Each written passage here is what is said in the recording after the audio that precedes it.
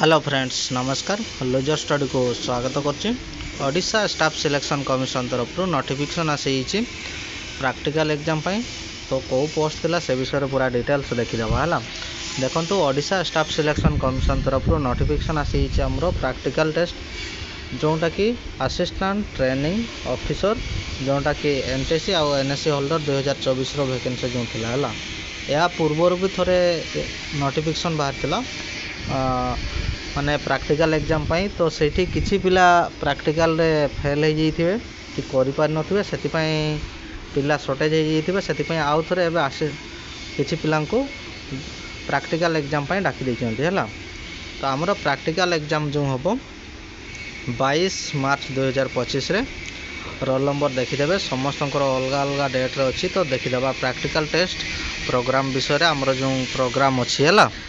Programme जो अच्छी से विषय देखते 22 मार्च 2025 सैटरडे दिन ट्रेड देखु कोपा मेसीनिस्ट इलेक्ट्रोनिक्स मेकानिक टर्नर वेयरमैन रो 4 घंटा हम प्रैक्टिकल टेस्ट 9 रू 1 रहा।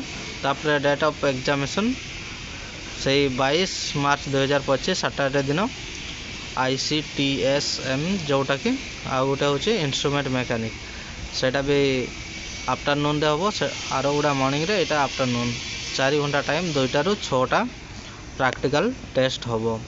नोटिफिकेशन पूरा डिटेल्स देखी दिंतु मॉर्निंग सेक्शन और आफ्टरनून सेक्शन रो अच्छी प्रैक्टिकल टेस्ट क्लियर हो गले।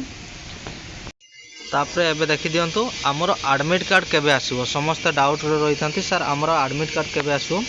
तो एडमिट कार्ड आमर 19 मार्च 2025 रो डाउनलोड करें निजर यूजर आईडी और पासवर्ड पकईकि डाउनलोड करेंगे। मुझे तले लिंक देदेवी लिंक रू जाकर डायरेक्टली साइट को आसीपर है।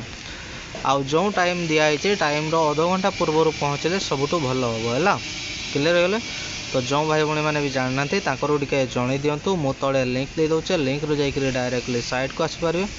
आउ वीडियो जब भल लगुए लाइक शेयर कर दिंतु आउ जो भाई भाई मैंने जान टे जन दिंतु आउ एपर्यंत यदि मो चैनल को सब्सक्राइब करना सब्सक्राइब कर दिंतु। जॉब रिलेटेड जो भी नोटिफिकेशन आसो मो चैनल माध्यम आपको जनइबी तले भी लिंक दे दूचे लिंक रू भी जाकर डायरेक्टली साइट को आसीपर। आउ जो भाई भाई मैंने नोटिफिकेशन विषय जानना भी जन दिंतु नोटिफिकेशन विषय है क्लियर हो गले। धन्यवाद।